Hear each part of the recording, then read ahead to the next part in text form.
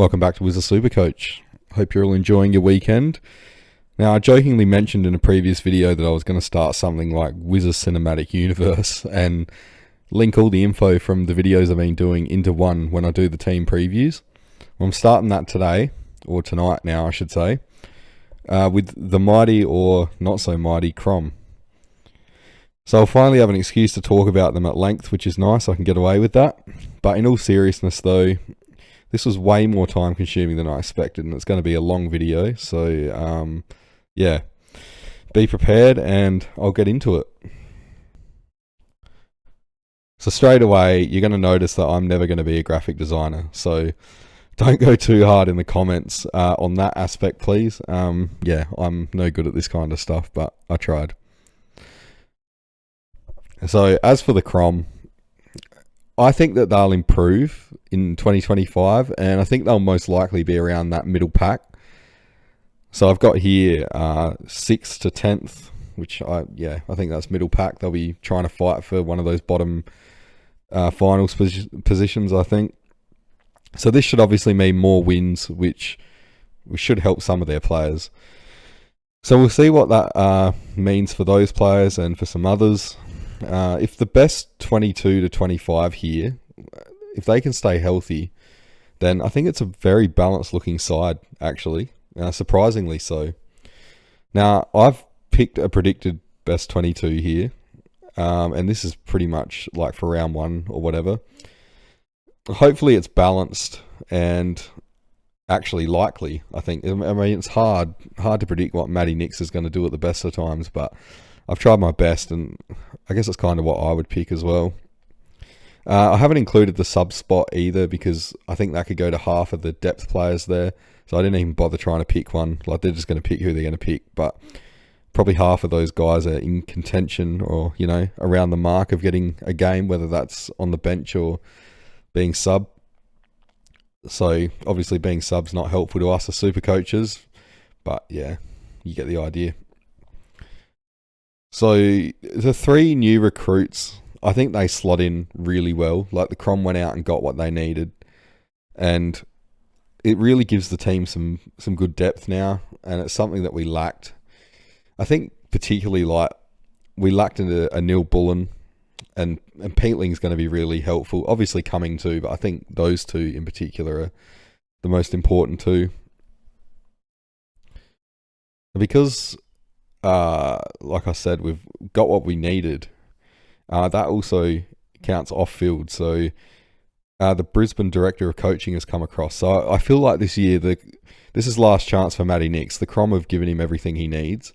And if they don't make finals this year, that's it. Like, if he can't do it with what they've given him, then he's gone. A couple of notable guys here in this predicted best 22. I have got Laird at halfback. I know a lot of Crom fans aren't real keen to have him in there. But I guess if they are going for finals, they're not going to be playing kids for nothing as they were the last few years, like just giving kids games because they were kids.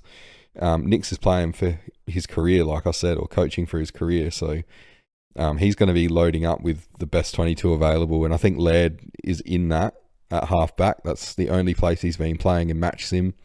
And he didn't get a single CVA in the final 4 games of last year. So he'll be good there though, I think, because he's 2-time All-Australian there in 2017-18. So we know that he can do it. Yeah, just needs to get some confidence back or something like that. I think Curtin, he's now being used as a forward. We saw him there at the end of last year for a couple of games. I think he's going to struggle though to break into this forward line until Walker needs a rest or whatever, or if one of them is horribly out of form. But yeah, that's probably pretty unlikely. So yeah, what he needs is Tex to drop some fitness, really. The other one that's not in the 22 that will probably raise questions is Draper. Now, he's not in my Supercoach team, and it's because he's being held back at training so far, because he's had this recurring back issue for the last couple of years. I'm sure he'll get games eventually, but I'm doubtful that it's going to be round 1. So he'll be a good downgrade option later on, I think, because once he does play, he looks like he's got that pedigree to score well. Pedler is another one that could push back into the team now that he's healthy again, but I just don't see it. Well, not at the moment anyway, given the strength of the forward line. He's competing with like Neil Bullen, Keys, Rankin, Rochelle. So yeah, he's a bit further back in the pecking order now. He's also got no tank for the midfield yet, so that further limits him.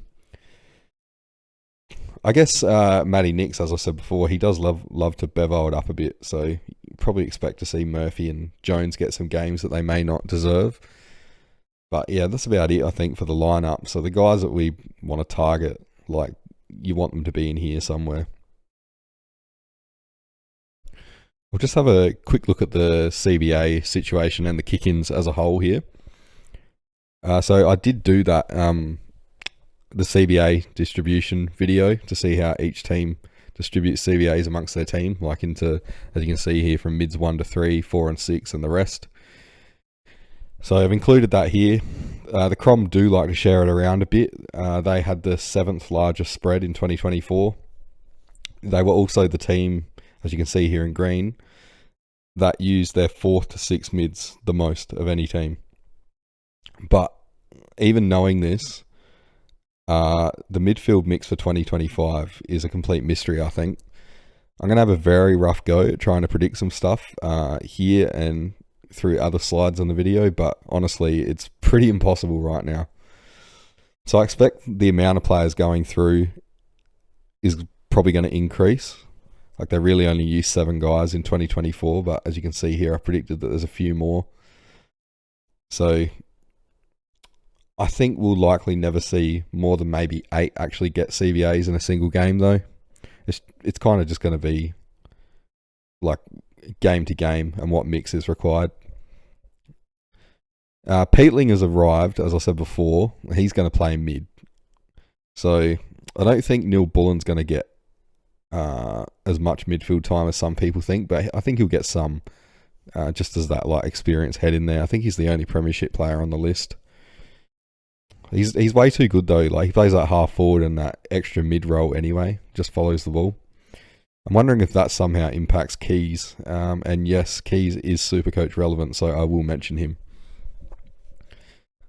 So again, once Draper does get in the team, I'm sure he'll get CBAs.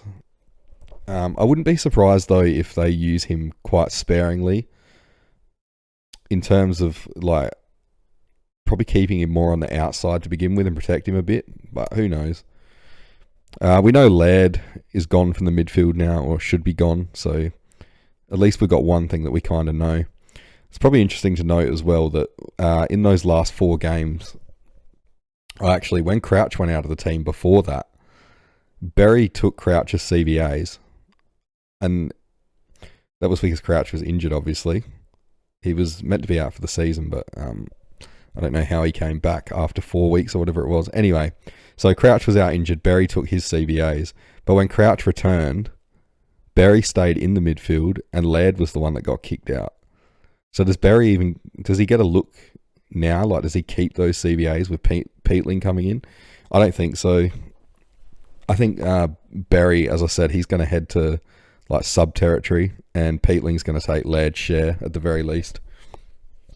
And so with so many mouths to feed now, I can see Dawson actually losing some CBAs here. Now, he wasn't at a really high percentage anyway, 59. That's nowhere near what the other top mids are getting. But, you know, it kind of goes against him that he can be used in so many places. He's so versatile, which is great from an AFL point of view, but in Supercoach, it's kind of deadly. And for what it's worth, I actually think the half-back is still his best position. Frees him up to use that really good kick of his when he's not under as much pressure, and he's quite underrated as an intercept mark. I think Crouch, he'll stay on high CBAs purely for the fact that if he doesn't, then he'll be out of the team. So, I mean, he can't play anywhere else. So if he's in the team, he's going to be getting high CBAs like we see here. Mind you, he does have fairly low time on ground, so it's not exactly what it seems here. As for the kick-ins, because that is just, it's too much of a mystery up here to try and work out any further than that. But the kick-ins, we can see that Keane was the leader in 2024. Hinge obviously wasn't far behind, but that kind of baffles me because Hinge isn't exactly a reliable kick. But anyway, what we need for Worrell to be the breakout that some people are predicting is more kick-in. So we need him to take him off Keane. There is a little bit of hope here.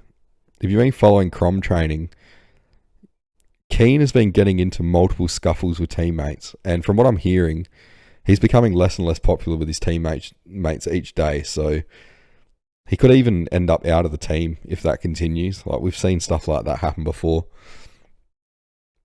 But yeah, that's still unlikely, you know. And good thing is Worrell's not completely dependent on kick-ins, but it would help. I think Miller coming back and Nankervis, they should probably take a few as well, but not heaps. We've seen in the past Miller take them. So yeah, there'll be some there. And Nankervis took a few this year, but yeah, they'll probably just combine and take up Smith's share here because he's no longer best 22. I don't think he'll get many games. Probably be more of that mentor in the sandful. So now I'll go through a few single players one by one and we'll have a look at them. We got Josh Worrell. So I mentioned him before. I got a strong feeling that he's going to end up as a primo at some point. It's just whether it's this year or in the future, but I think it's going to happen eventually. He takes intercepts.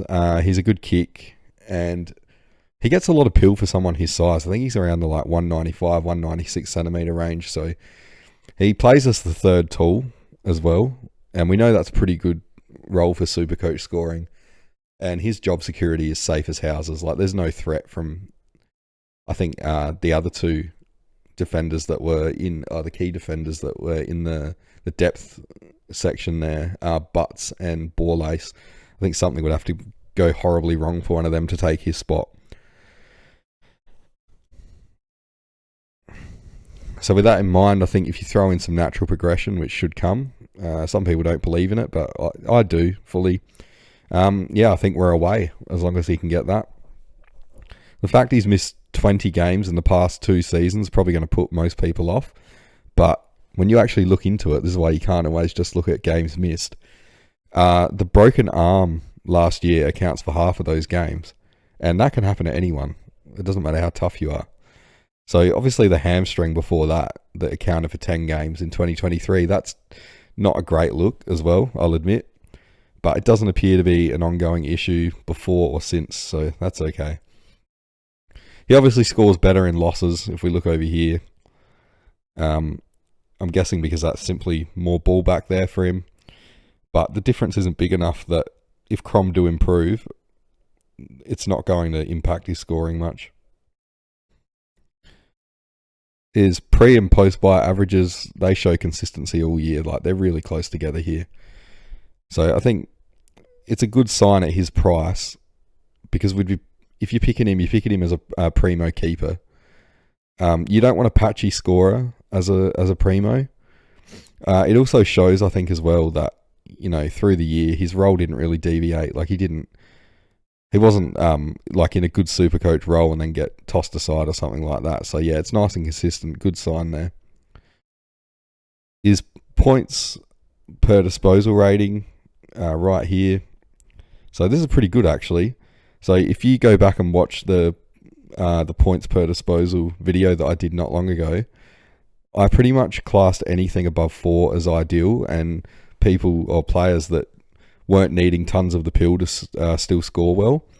So for reference, he had the 3rd highest score of all Supercoach relevant defenders. He was equal with Ridley, and the only 2 he was behind here was Luke Ryan and Jeremy McGovern. So very good company for a guy who's only heading into his 3rd proper season. So they're the things we're looking for. Like, that's a really good sign there for, you know, a breakout contender. Another thing that stood out to me for him was his points per minute. It's a pretty good rate. Like, it's not exceptional, but it's pretty good. But his TOG here for the role that he plays, without looking into it too much, it seems quite low for players in that same role. So I think there's meat on the bone there.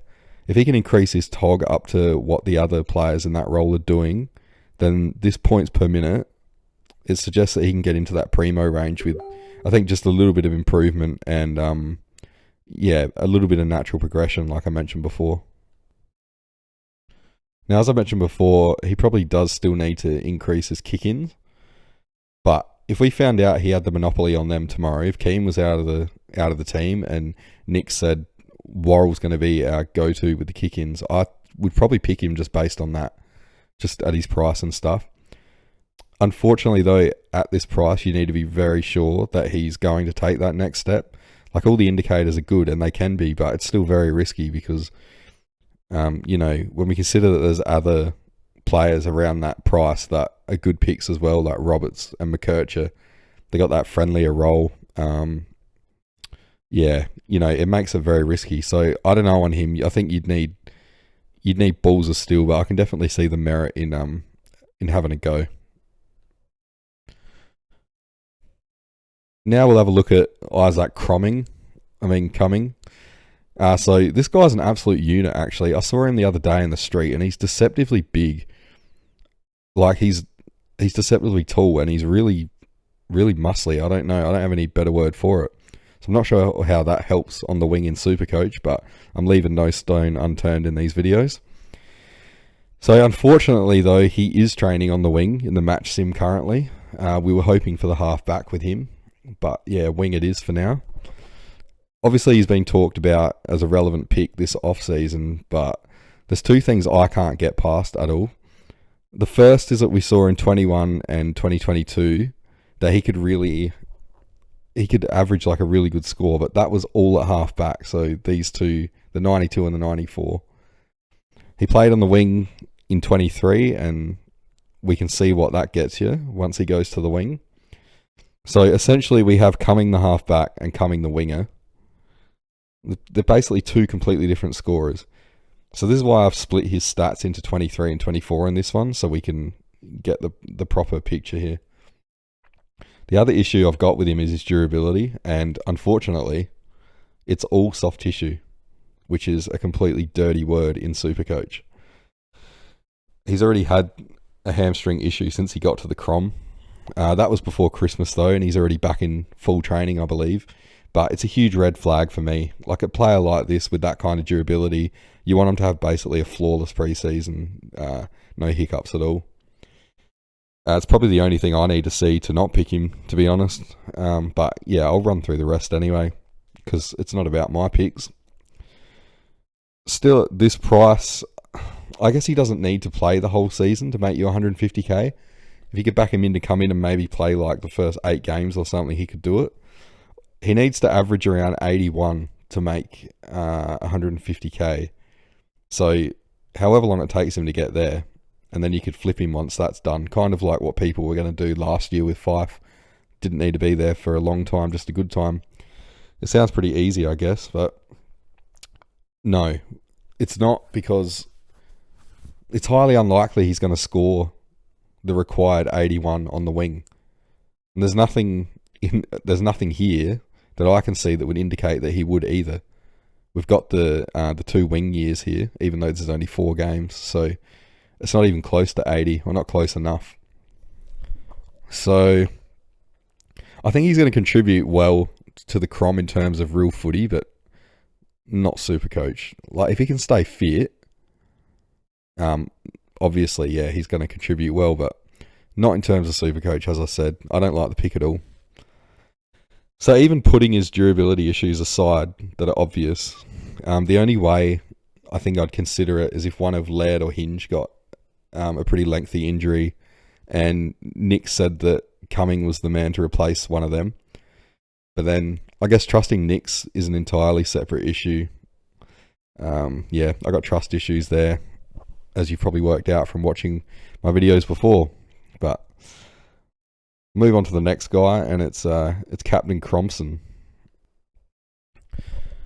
So Dawson's a really, really intriguing pick, I think. He could very easily return to his 2023 days of 115 average. But I think he's also just as likely to stay where he is.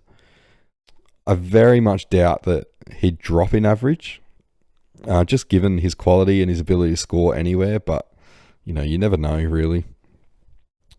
a lot didn't go right for him in 2024. His kicking efficiency, it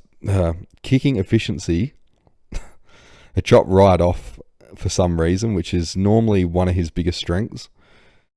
It didn't help that the team obviously underachieved, and then he was thrown around everywhere by Nicks to plug holes. So I think a much more balanced team this year, though, hopefully sorts that out, but you can never be sure. Again,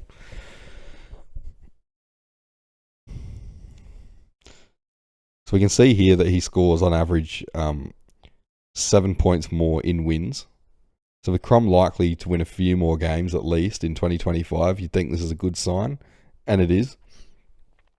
The pre and post buy here, they're also consistent, very close together, which is another good sign.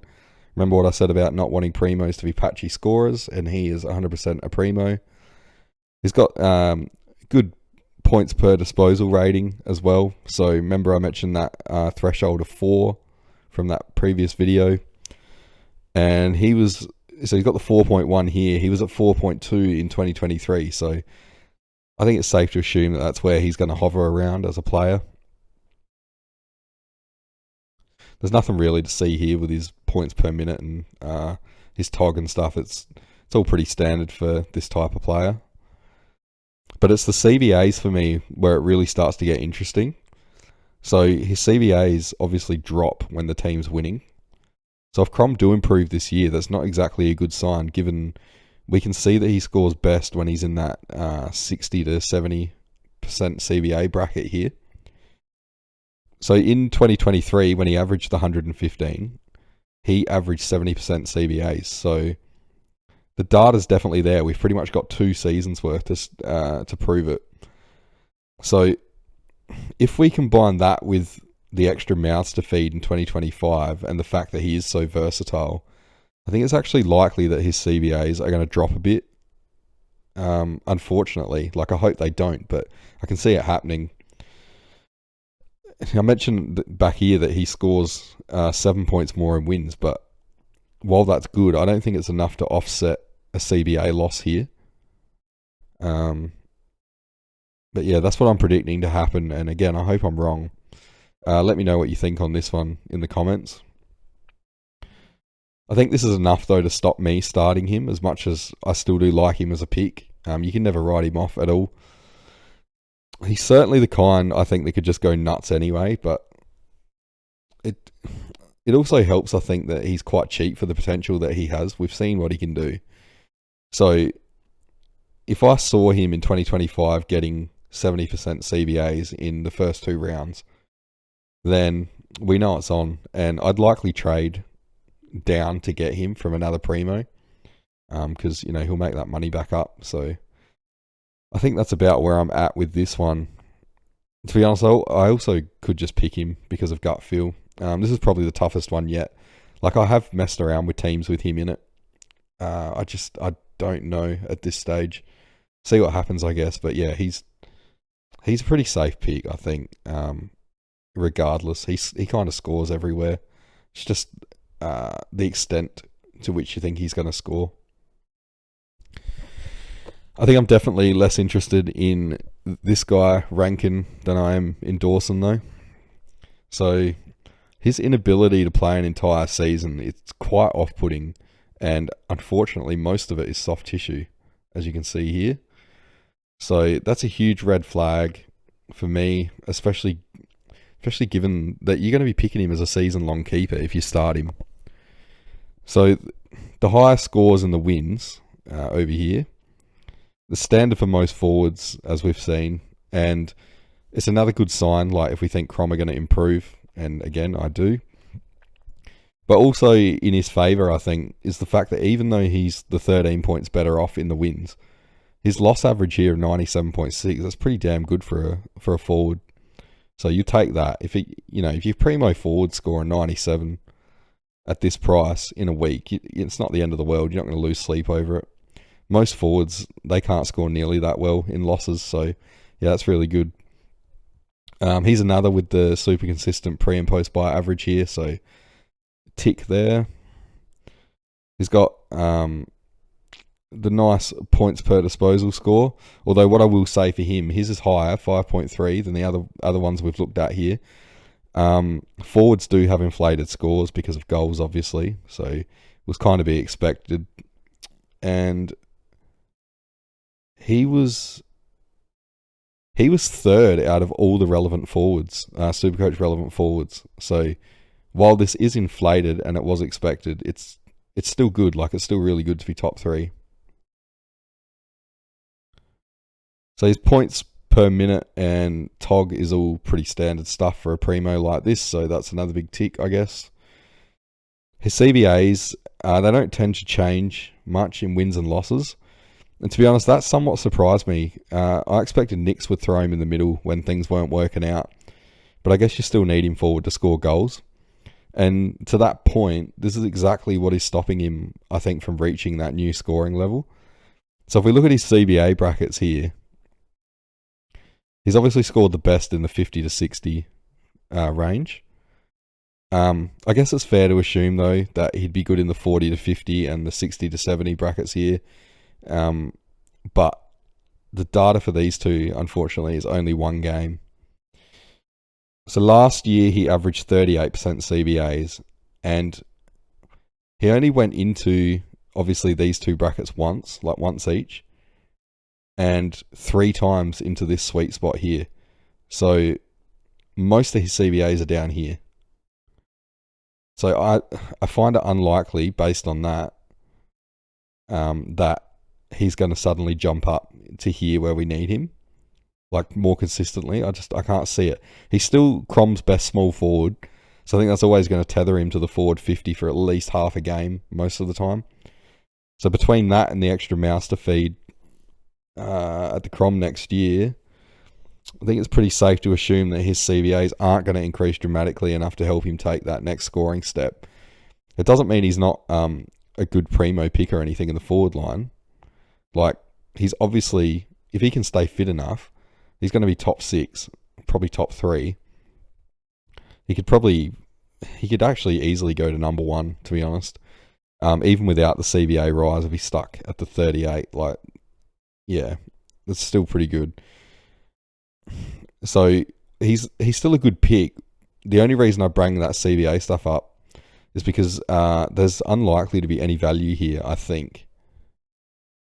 But, durability aside, he's pretty safe pick to be top 6. So he doesn't need to go to that next scoring level. He can do what he does, and that's good enough, really. So this guy has turned into an absolute beast. I'm pretty bullish on Thilthorpe at the moment, and he stayed in my team since I revealed my first team. I think the breakout is coming, but like Worrell, it's just a matter of when. I think unlike Worrell, though, he's a lot cheaper, and he's also a forward where there aren't as many good options. So I think the gamble there is far easier than if you were to do it in defence or whatever.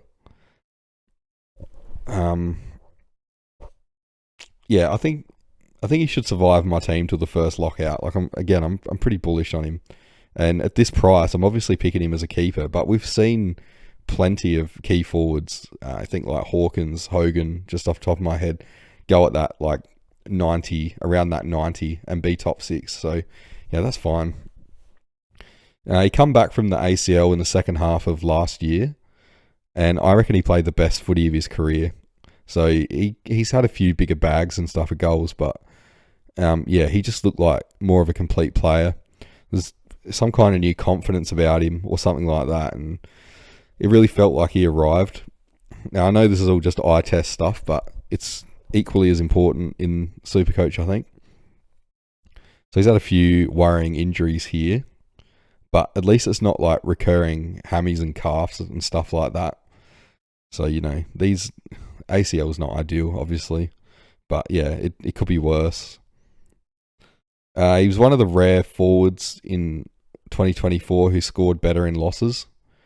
It's likely because by the time he hit form after he come back off the ACL, the Crom weren't winning very much at all. They're pretty shit, to be honest.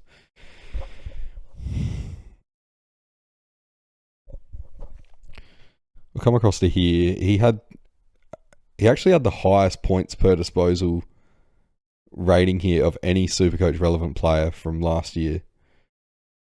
Sam Darcy was second. So these two were far ahead of everyone. Go back and watch that video if you haven't, because obviously I go more into depth with that stuff there. But these two even, like, there was a whole point between Darcy and the guy that was in third. I can't remember who it was.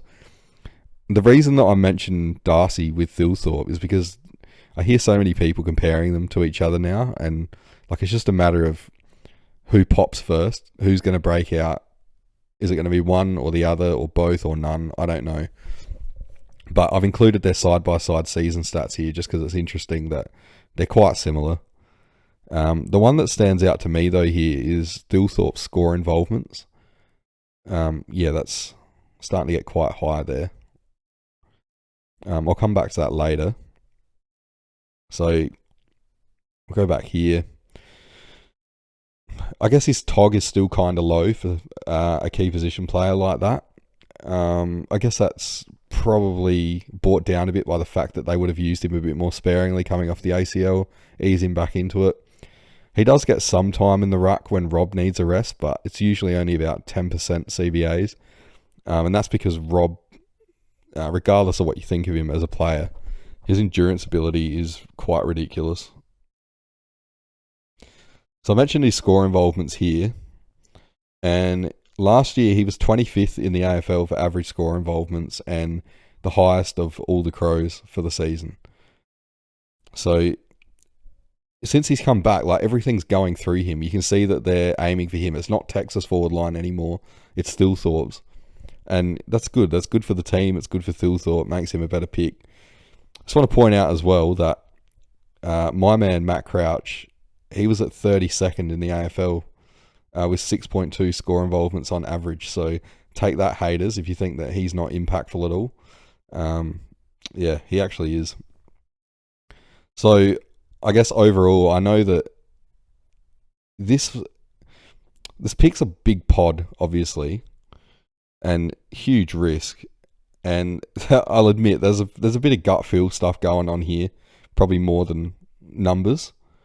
But there is definitely data here, I think, to back it up. Like, you look at, if the point I was trying to make here with Darcy is, if people are considering Darcy and they think he's a contender, then Thilthorpe has to be as well. I think with the other lines being so strong, like defence and that, the forward line, it really feels like the place where you can take a risk, a bigger risk. So if you haven't watched it, go watch my video about the unique opportunity in the forward line, because I explain it better there and go a bit more in depth into what I mean about the risk in the forward line. But yeah, Thilthorpe's still on my team, and while I'd say I'm confident still that he's going to break out and he'll get like to that 90, I wouldn't say he's a lock at all. Like, he still could come out, but I'm hoping not.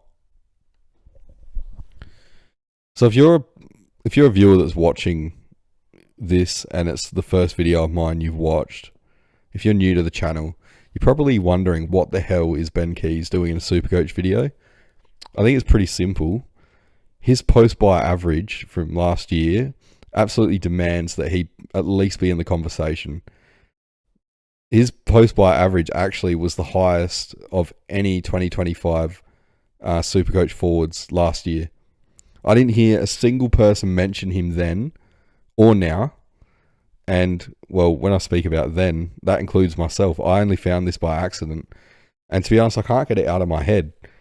I stay awake at night trying to figure out what caused like this incredible scoring spike.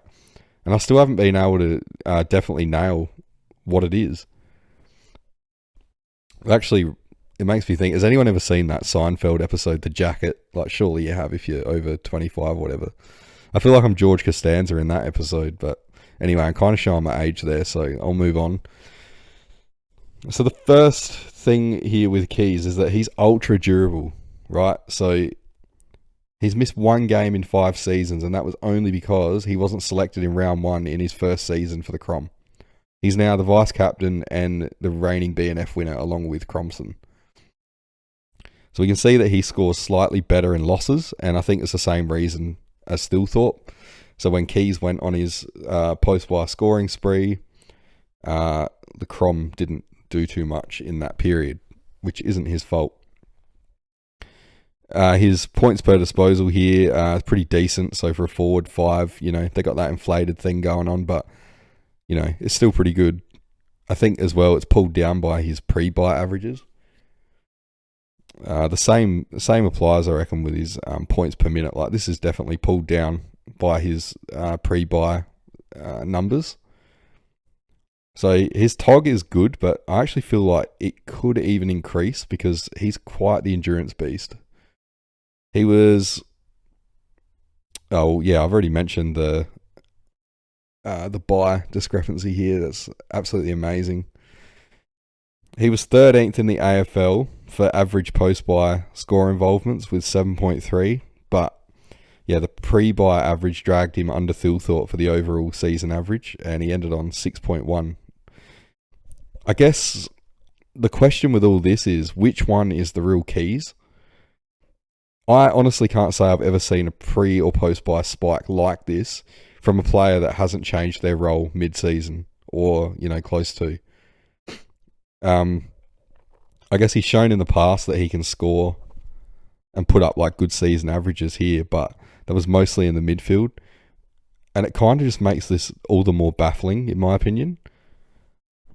I'm curious to see how Neil Bullen affects Keys, because Keys also plays like that half forward extra mid role that just kind of follows the ball. Although I did notice that he was getting a little bit deeper and not necessarily starting there, but covering more ground, getting involved with obviously the scores and kicking more. Well, not many more, because when I went looking for like the goals to see if that had caused the spike, it wasn't. He wasn't scoring that much more. But the point is, yeah, he was down there. He was involved in it all. So I don't know how Neil Bullen will affect him. I guess the thing I can't work out is we've seen super coaches going absolutely nuts for players that are coming off a huge post-buy run the year before. So I kind of can't work out why he's being ignored by everyone, and that when I have mentioned him, I've had a few people just completely put a line through him and say no, but that they don't even take into account that post-buy run or anything. So really, I badly want to pick him, like probably more than any player. I think it's the kind of pick that he could go towards winning the whole thing, but I can't do it. I can't pick him until I've worked out why he surged. Like, why did his scoring pick up 41 points? Someone please let me know in the comments, because I'm literally going insane like George Costanza trying to work this shit out. I would say that Peatling seems to be the most talked about Crom player so far in terms of Supercoach. I think it's with good reason, but he also might not be the slam dunk that people think he is at that price. So, first good thing is he seems quite durable. Those 2022 games that he missed, they are mostly from not being picked. So it wasn't the hamstring. The hamstring was very minor. I think that only accounted for a couple of the games, or one of the games, or something like that. But yeah, the majority was from just not getting picked. So he's come to the Crom, obviously, to play midfield. He had half the comp chasing his signature, so I doubt he would have come if he was just going to be sub again, or they said, oh, you can play half forward flank, something like that. Like, he's going to be in there. It's just a matter of how much he's going to be in there. So GWS obviously used him as sub way too much. That's why he's left, and it's also caused him to be, as we know, dramatically underpriced for what he can score. So the stats included here, they're only using games where he wasn't sub, or, he could still have been sub, but if he played most of the game, I'll include it. So they give us a pretty good picture of what he can really do. Now, he scores better in losses here, and it's quite the difference, like basically 24 points on average. I think that's because he's, I haven't really watched him play too much, but I think it's because he's a bit of a renowned tackling machine from what I hear. So you can't tackle when your midfield has the run of the ball, and we know that most games are won and lost in the midfield, so yeah, I think that's the explanation. But if anyone else has a different opinion, let me know, because I'd love to work it out. His pre and post buy, there's not much difference here like the others. Just shows consistency, I guess. His disposal average, this actually does include sub games, but given it was just there to find his points per disposal score, it made sense to include them because it's not going to skew anything. So his points per disposal is 4.7, as we can see, and that's really, really bloody good when you consider that it's the third highest for any Supercoach relevant mids this year. And the only two above him is Bont and Will Day. So he's in really good company there. If that doesn't get you excited for the pick, I don't know what else will. His PPM, like points per minute, that's really good. We want that for a mid. And he's got the really low time on ground. So this right here is what I look for. This is the recipe for one of those huge like scoring surges. If he gets his time on ground up, significantly, or it doesn't even have to be. I guess if he brings it up like to the average level or whatever, then suddenly, based on this, he's going to be scoring like really, really well. I mean, they're all great signs to him scoring. Like, it all points that way. All he had to do was stop being the sub, but I think when we get to the CBA down here, the CBA part, it becomes a little less clear. I haven't bothered including his CBA percentage in wins and losses, like the difference, because it doesn't matter what Kingsley did with him or whoever before. Like, who was the coach? I can't even remember. I didn't like him, but yeah, it's all about what Bevo Light, Nix does with him now. So yeah, that's irrelevant.